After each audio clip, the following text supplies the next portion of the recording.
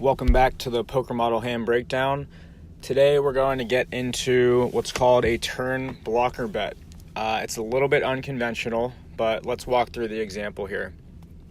I have pocket eights with 32,000 chips. The blinds are 501,000, which means I have 32 big blinds.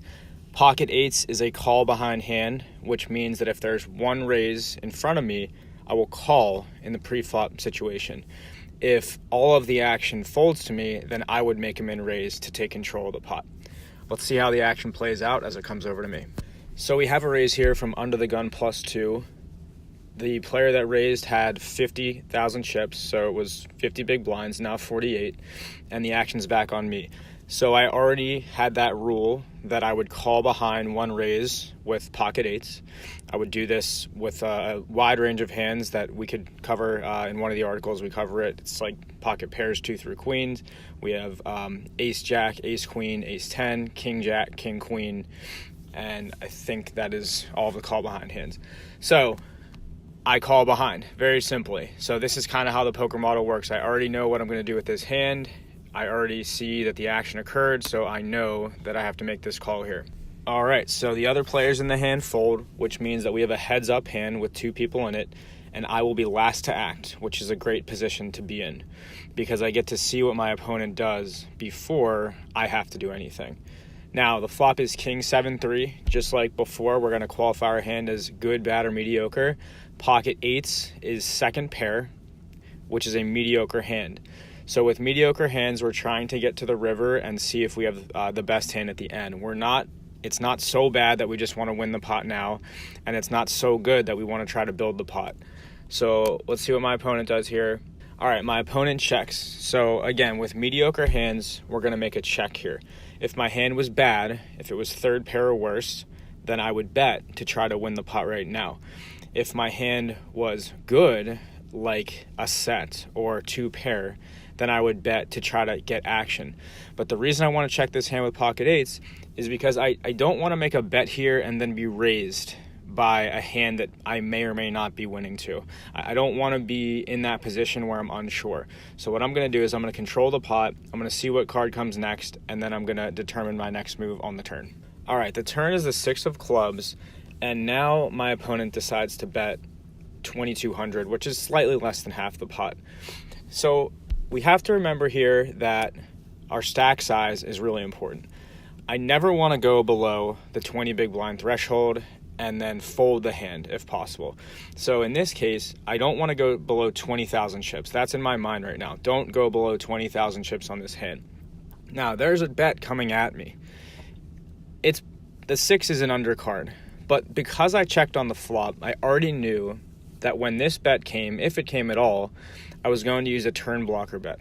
So a turn blocker bet is when I look and I see this bet here and I think, if I can min raise this bet to 4,400, number one, how many chips will I have left? Well, I'll have about 25,000 chips, which I'm good with. I'm over 20 big blinds, and I'm not putting myself at risk to lose the tournament here.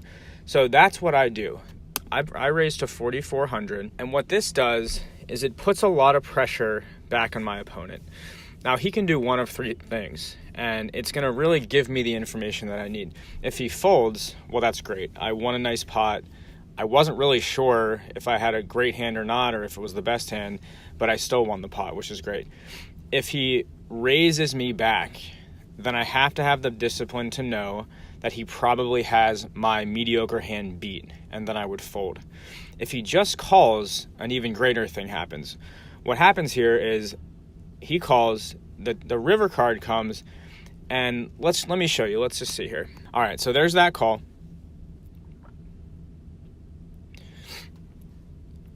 And the river is an ace. So think about on the turn if I had just called the 2,200. I'd be around 28,000 chips, and the action would still be on my opponent, and he would have the ability to make a big bet to get me off the hand. The ace is a scare card for me. The big bet could put me below 20 big blinds if I'm wrong, and this is just not a bet that I'm going to call, no matter what card comes. So the turn blocker bet actually puts the pressure back on him, and it keeps the pot small. So now that we're at the river, and my opponent just saw me raise him back on the turn, he has to be a little bit cautious now. Now, if he has a big hand, he'll probably just bet out. So if I make that turn blocker bet and my opponent bets here, I chalk it up to a loss. I say, look, he probably has something, he probably hit, and now he's betting, and I typically just fold that hand. But what I find most of the time is that they check. They check because they're scared. I've shown that I have a big hand that I've raised. They've called, and they're timid on the river. And what I typically get is a check from them on the river, which you'll see in this hand. I get that check. So now I have all the power in the hand. I have over 20 big blinds.